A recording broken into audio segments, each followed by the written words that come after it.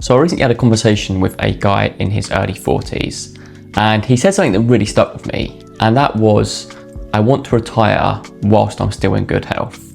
Now, the reason he said this is because his dad had said he would retire at age 60, but then it was age 62, then it was age 65, and eventually his dad retired at 69. But the problem was, by the time his dad got to this age, he was in very ill health and didn't actually have any time in retirement to actually enjoy himself. So this client said to me, look, Ben, can you run the numbers for me and just tell me if I'm on track, because retiring at 60 is something that I really want to aim for and something that I really want to achieve. Because quite frankly, I want to be able to retire whilst I can still actually do things with my life, rather than waiting all the way until age 69 or 70 and have no health to actually do things I enjoy. So what we did is we sat down and crunched the numbers with him. And the outcome of that actually showed him some big pitfalls and mistakes he was making with his retirement plan. So in this video, I'm going to talk you through the 3 biggest mistakes people tend to make when it comes to retirement planning and how you can avoid them. But if you're new here, my name's Ben, I'm a financial planner, and my aim is to help as many people as possible gain more clarity and confidence around their finances. Okay, so let's look at this individual situation. So as I say, they're in their early 40s, they're earning good money, about £90,000 a year, and between them and their employer, they are contributing the minimum 8% into their pension. So that's 3% from their employer and 5% from them. And when it comes to the investment approach with their pension, they are taking a relatively cautious outlook. And by that, I mean they've got about 40% in equities and the remainder, so the 60%, in bonds. And this person wants to be able to get to a point at age 60 where they can retire and spend £45,000 a year. Okay, so how does this look when we project the numbers forward to age 60? So you can see here on screen that if we project these forward, this individual is expected to have a pension pot at age 60 of about £530,000. Now, this might seem great on the face of it, but how sustainable is this given he wants to spend £45,000 a year? And again, you can see here that this is the maximum they could spend realistically in retirement, which is £30,000 a year. Now, clearly this is good, but it's still a long way off that £45,000 target. So then we went one step further and said, okay, well, if you do want to spend that £45,000 a year and continue with your current approach, what age would you actually be able to retire to make this sustainable? And this was the really shocking part, because he would actually have to work until age 70 based on that scenario to actually ensure he could spend that much in retirement. Now, I think the key thing to remember when it comes to retirement is you can never buy back time. That is the one thing that is precious to all of us. And that's the one thing you really need to be focusing on when it comes to your retirement plan.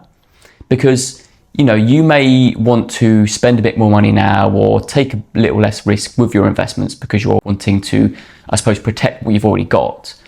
But the problem with doing that is it means it could be pushing back your retirement by a number of years. Not a number of months, a number of years.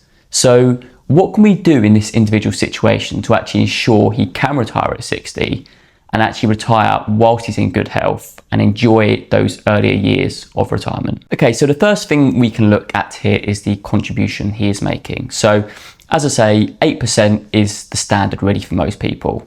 Now, like he said to me, you know, he's got 2 young kids, he's got holidays to pay for, he's got a mortgage to pay for, he's got school fees which he's potentially considering. So he just said, if I just stay at the 8%, that feels comfortable to me. It's what I've always done, and it's at a level which I feel is affordable.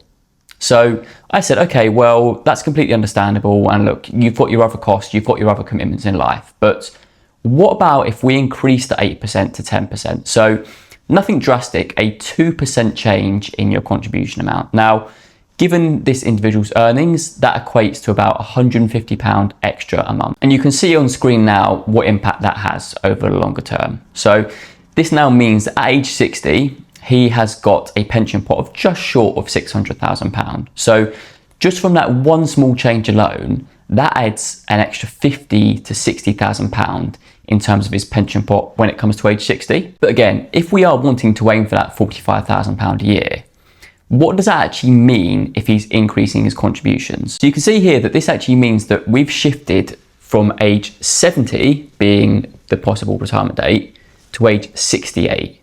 So there's a 2-year difference there just from a 2% extra increase in his contributions over that period. And I think that's the key thing with all of these, is that it doesn't take drastic changes to actually really move the needle.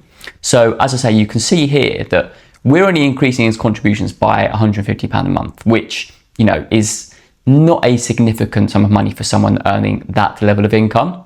Yet what that means is that buys him 2 extra years of retirement. So that's 2 more Christmases, 2 more summers, and 2 more years of freedom to actually enjoy life whilst he's still in good health. But clearly that's still only retiring at age 68. So what more can we do to actually move that forward even further? Now, the second mistake people often make is taking too little risk when it comes to their pension. And I know as soon as I mention risk, people are going to get very nervous and very unsettled because, quite frankly, nobody enjoys risk. But the problem with that is the less risk you take with your pension, this actually means you're probably retiring a lot later than you actually could do.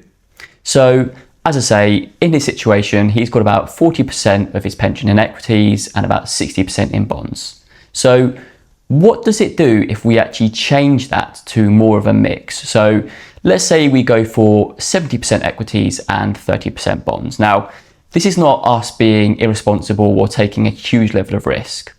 All we're doing here is increasing the growth assets within his pension. Now, clearly this means that he will experience more volatility. So what I mean by that is he will experience more ups and downs within his pension between now and when he retires.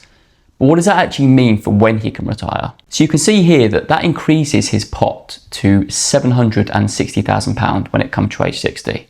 So again, that's nearly a £200,000 increase just from changing the risk level within his pension. But the biggest thing to note here is at what age he can retire and still spend that £45,000 a year. So that shifted from age 68 in the previous example to now age 62. That's 6 extra years of retirement just from taking a slightly higher level of risk within his pension. And again, this is really one of the keys when it comes to your retirement planning, is knowing which level of risk is suitable and acceptable for you, whilst still acknowledging the fact that you're going to need to take a certain level of risk to actually meet your goals and objectives over the longer term. And if I said to you, okay, you're going to experience a bit more up and down with your pension, you know, it's going to fluctuate a bit more over the next 15 to 20 years, but what it means is you can retire 6 years earlier, I think that's a trade that a lot of people would take. Now, before we continue with the video, if you are getting some value from this video and you're enjoying it, please do consider subscribing to the channel because it really would mean a lot to me.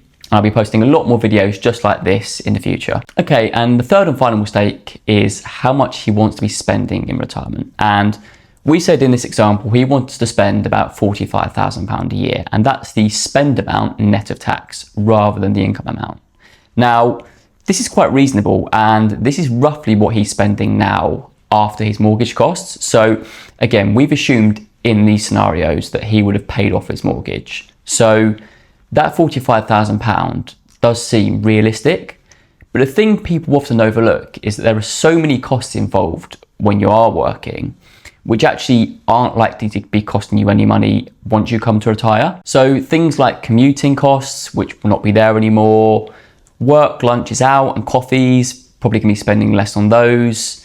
And the big two really are national insurance contributions, which you don't make when you are retired, and also your actual contributions to your pension. So there are a handful of costs there which actually aren't going to be an expense when it comes to retirement. So we said, okay, well, what about if we change that spending from £45,000 a year to £40,000 a year? And again, how does that impact when he can retire? Now, with this, we've still got the 10% assumed pension contributions, and we've still got the equities of 70% and bonds of 30% within his pension. So you can see here that just by doing that, that shifts the retirement date further forward from age 62 to age 60. So that's £5,000 a year less he's going to be spending in retirement. But again, if I gave you that trade, would you take it? So you spend £5,000 less a year in retirement, but it means you can retire 2 years earlier. Now, some people might say yes, some people might say no, but as I said at the start of the video, the thing you really need to be focusing on is you don't want to be retiring in your late 60s, early 70s when you quite frankly may not have the energy or the health to actually do the things you want to do. So that's why it's really important to think about those three things, which is how much are you going to be saving for retirement? What level of risk are you prepared and accepting to take within your pension over the course of your working life? And how much do you actually need to be spending when it comes to retirement? Because you can see just through that example that changing those three things alone can actually knock nearly 10 years off of your proposed retirement date. Okay, so let's look at the full comparison. So in the original example, we had him contributing 8% into his pension. We had him taking a relatively cautious level of risk within his pension, so 30% equities and 70% bonds. And he wanted to spend about £45,000 a year in retirement. And all of those scenarios taken into account, all those different factors, he would have to work until age 70 to actually be able to spend that £45,000 a year in retirement. Okay, so now let's look at the more intentional path. So with this, we've got him contributing 10% into his pension each year. We've increased the risk within his pension to 70% equities and 30% bonds. And we've reduced the retirement spending ever so slightly from £45,000 a year to £40,000 a year. And those three things combined mean that he can retire at age 60 rather than age 70. And look, that 10 years isn't because, he earned more money. It's not because he found a magic investment. It's just about being more intentional with your retirement plan. So I think the key takeaway here really is that when it comes to retirement planning, the aim is not the biggest pot. The aim is to buy optionality when you're actually in good health and able to do the things you want to do. You cannot buy back time. And you can see that from my example, there will be lots of people in this sort of situation where they're contributing the standard into their pension, they're taking, a relatively cautious approach to investments with their pension, and they are, I suppose, experiencing lifestyle creep in terms of spending more as they earn more.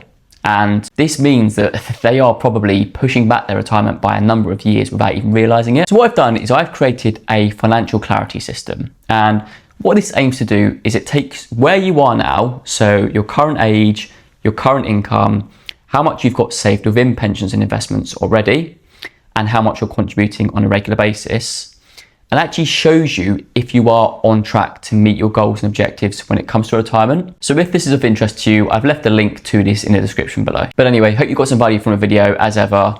If you did, please do consider liking the video and subscribing to my channel because it really would mean a lot to me. And hopefully I'll see you in the next video.